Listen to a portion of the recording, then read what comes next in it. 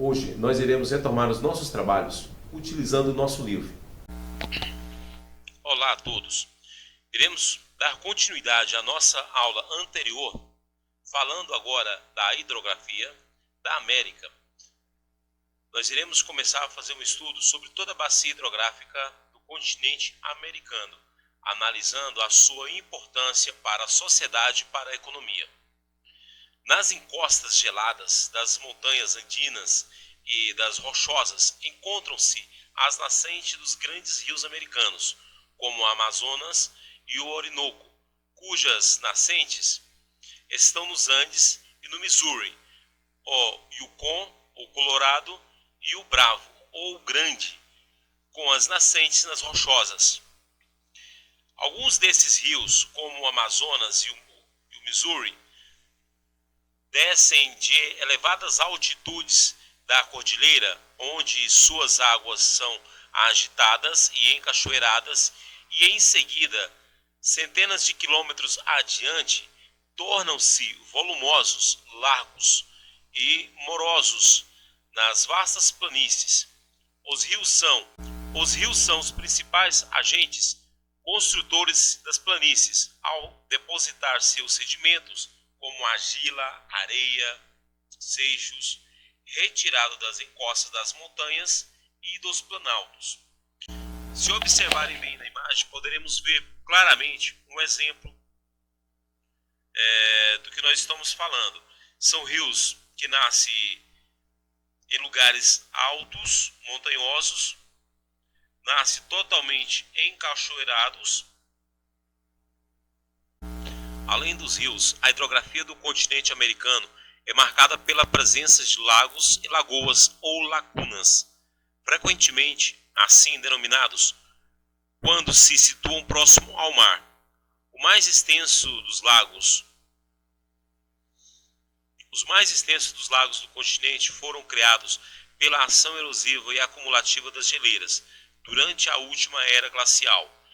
Entre eles está o conjunto que compõe os grandes lagos na fronteira entre os Estados Unidos e o Canadá: o Superior, Huron, Michigan, Erie e Ontário. Com relação ao clima e à vegetação na América, podemos analisar do seguinte modo: como apresentado no início do capítulo, os diferentes tipos de vegetação que, com os demais elementos naturais que compõem o bioma da América, são influenciados principalmente pela incidência de luz solar, devido à localização do continente no globo terrestre. Iremos analisar agora outros aspectos, além da localização geográfica, que influencia muito na incidência solar, com relação à vegetação, o desenvolvimento da vegetação. Os domínios frios e polares, localizados nos extremos do planeta, nós iremos encontrar um clima completamente atípico. Isso devido a um fator muito simples de se compreender: a incidência dos raios solares nessa região faz com que a temperatura caia bastante, congelando na maior parte das vezes. Observem bem as imagens. No extremo norte do continente predomina o clima polar, nessa região que corresponde ao litoral do Oceano Ártico e abrange parte dos territórios canadense e do Alasca, pertencente aos Estados Unidos, além de toda a ilha da Groenlândia, cujo domínio é dinamarquês. As temperaturas negativas ocorrem na maior parte do ano. Iremos encontrar algo muito curioso também com relação a essas extremidades. O climograma, ele é um gráfico muito simples de se entender. É um gráfico que, em geral, apresenta duas variáveis: a pluviosidade mensal, representada em barras.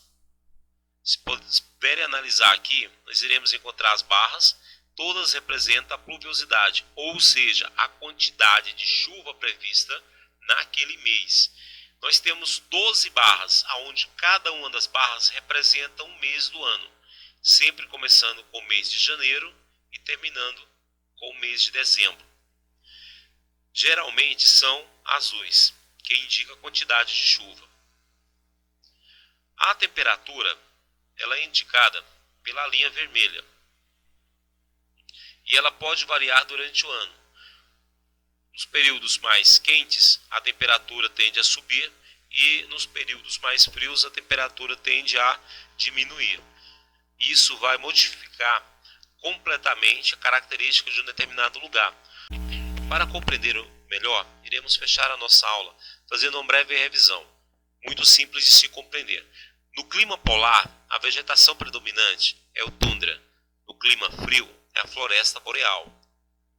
No clima temperado, subtropical e mediterrâneo, nós iremos encontrar pradarias, florestas temperadas e subtropicais e vegetação mediterrânea. Já no clima tropical e o equatorial, nós poderemos encontrar floresta tropical, floresta equatorial e também a presença das savanas. No clima árido e semiárido, há a presença de desertos com vegetação de estepes. Lembrando a vocês que deserto é a pouca ou ausência completa de vegetação. Ou seja, nós iremos ter tanto os desertos quentes como formação de desertos frios. Agora vamos praticar. Exercício do nosso livro na página 75 a 94. Correção na próxima aula. Aproveitem-me.